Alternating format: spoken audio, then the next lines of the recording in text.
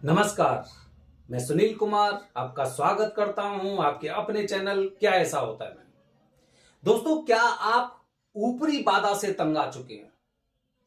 क्या आपके घर में या आपके परिवार के किसी भी सदस्य पर भूत, प्रेत या फिर कोई ऐसा काला जादू कर रखा है जिसकी वजह से उसकी बुद्धि खराब हो चुकी है? तो ये वीडियो आपके लिए है। दोस्तों, सबसे पहले एक बेहद जरूरी जानकारी, अपने चैनल का उद्देश्य कभी भी किसी की भावना को भड़काना या अंधविश्वास फैलाना नहीं है।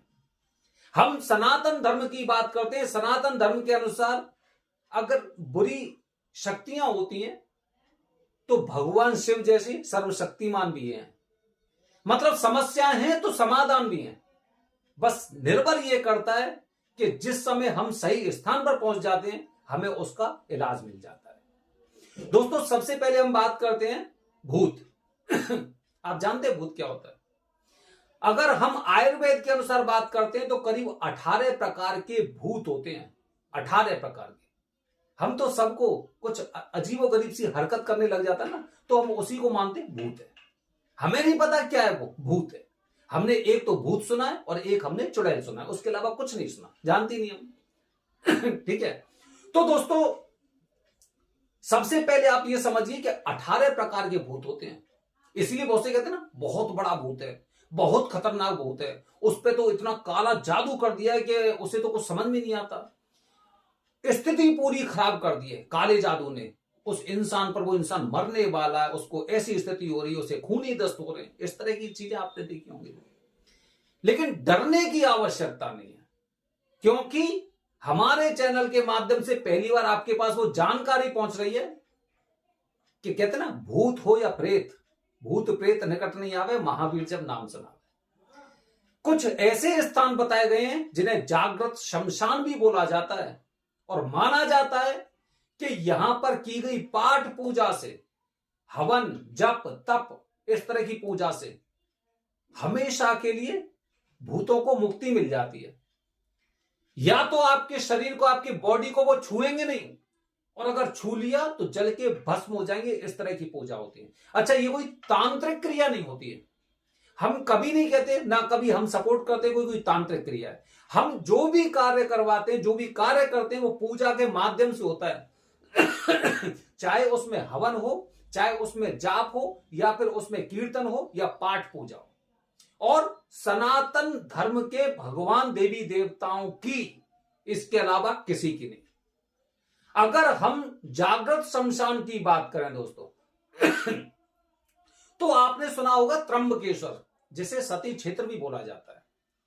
अगर हम बात करते हैं कामाख्या देवी की, और या फिर हम बात करते हैं विक्रांत भैरव, ये 3 स्थान ऐसे हैं जहां पर जागृत शमशान है।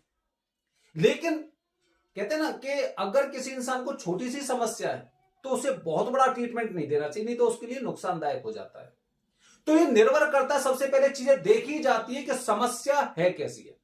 सबसे पहले आपको बताता हूं, जो 18 तरह के जो भूत होते हैं, हम भूत ही मान लो उन्हें, 18 तरह के जो भूत होते हैं, ये सब की सब यम के अधीन रहते हैं।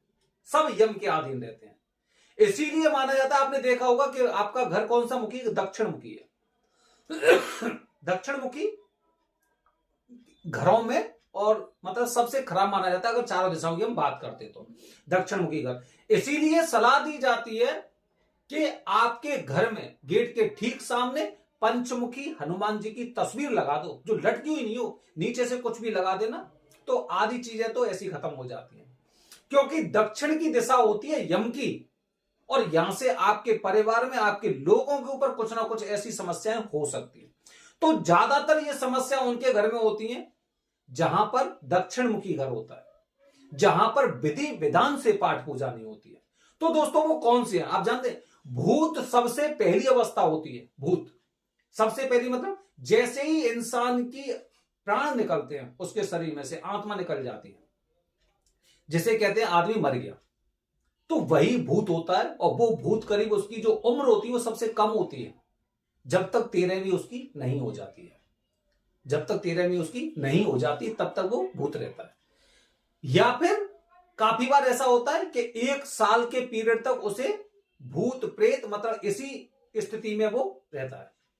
काफी आपने ऐसे लोग देखे होंगे जब किसी की मृत्यु हो जाती है, शमशान घाट पे जाते हैं उसको सनातन धर्म के अनुसार उसे जलाने के लिए, तो वहां से किसी एक इंसान की तबीयत सी थोड़ी सी अजीबोगरीब हरकत करने लगता है, वो भूत ही होता है, एक तरह से ये मान सकते हैं उसे, ठीक है, अजीबोगरीब सी हरकत करेगा वो। तो सबसे पहली अवस्था होती है भूत की। भूत के बारे में पूरी जानकारी आपको बाद में अगले वीडियो में दूंगा। तो वो भूत होता है। काफी बार ऐसे भूत ऐसे होते हैं जो किसी उद्देश्य के साथ द्वारा से गर्भ के द्वारा मनुष्य के रूप में आ जाते हैं। जैसे काफी आपने देखा होगा किसी इंसान की आत्मा में अगर एक कुछ ऐसी चीजें रह जाती ना, जैसे काफी बार आपने देखा होगा कि उसका उद्देश्य अधूरा रह गया या फिर उसे किसी गलत तरीके से ऐसे किया कि उसके प्राण चले गए, तो वो कहता है ना कि कुछ भी हो जाए तुझे नहीं छोड़ूंगा।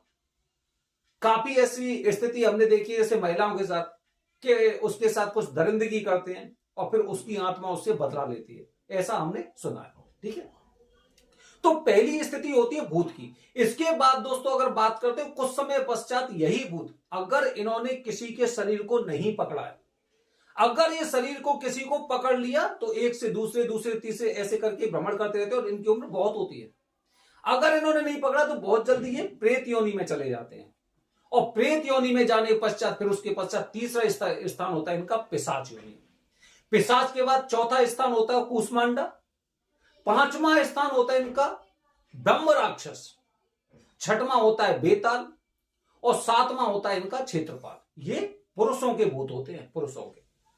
अगर इसी तरह मैं महिलाओं की बात करूं तो महिलाओं में जो प्रसूता स्त्री होती है या फिर जो नवयुवती होती है, अगर ये कुछ ऐसी स्थिति में, जैसे बहुत सी बार आपने देखा होगा जन्म देते देते किसी महिला की मृत्यु हो जाती है या फिर जैसे ही उसने एकदम जैसे उसकी शादी हुई, शादी के कुछ ही अंतराल में अगर उसकी मृत्यु हो जाती है तो वो चुड़ैल बन जाती है, चुड़ैल बनती है वो, क्योंकि दोनों की स्थिति अन्य महिलाओं से एकदम अलग होती है। गर्भवती महिला को देखना और एक नवयुवती को देखना जिसकी अभी हाल फिलहाल में शादी हुई है, उसका ध्यान, उसका तन मन, उसकी यौन क्रिया, शारीरिक क्रिया, सोच, मानसिक, वो अन्य महिलाओं से एकदम अलग होता है, एकदम अलग होता है। तो ये चुड़ैल बनती हैं।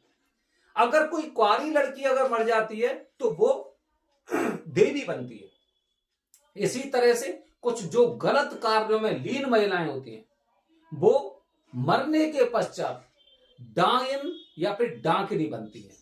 लेकिन जितने तरह के ये 18 प्रकार के आयुर्वेद के अनुसार ये भूत बताए गए हैं, ये सब यम के अधीन रहते हैं।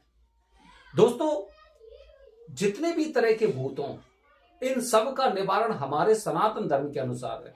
आपकी पूजा पाठ करने की विधि विधान होनी चाहिए और कुछ ऐसी चीजें होती है जिनका आपको ध्यान रखना चाहिए।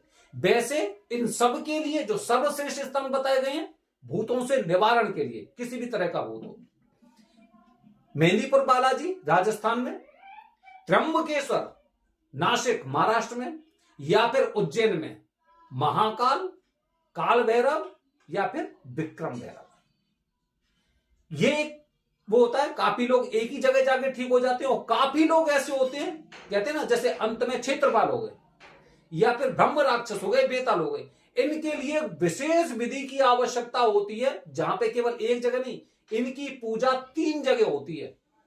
किसी भी तरह का, चाहे बंगाल का जादू हो, काला जादू हो, नीला, हरा, पीला, कैसा भी जादू हो, अगर ये 3 स्थानों पे इनकी पूजा करवा दी जाती है हवन और जप तप के साथ, तो वो भूत को हमेशा के लिए मुक्ति मिल जाती है, उस बाधा से हमेशा के लिए मुक्ति मिल जाती है। तो दोस्तों डरने की आवश्यकता नहीं है। अगर आपके परिवार में, आपके आसपास कुछ ऐसे लोग हैं जो भूत प्रेत या फिर इस तरह की ऊपरी बाधा से परेशान है, तो इस दिए गए नंबर पर संपर्क करें, आपकी पूरी तरह से मदद की जाएगी। बने रहिए हमारे चैनल के साथ दोस्तों। आने वाली वीडियो में बताने जा रहा हूं मैं आपको भूत कितनी जल्दी आपके शरीर को छोड़ सकता है, उसकी उम्र कितनी होती है। हर हर महादेव, हरिओम।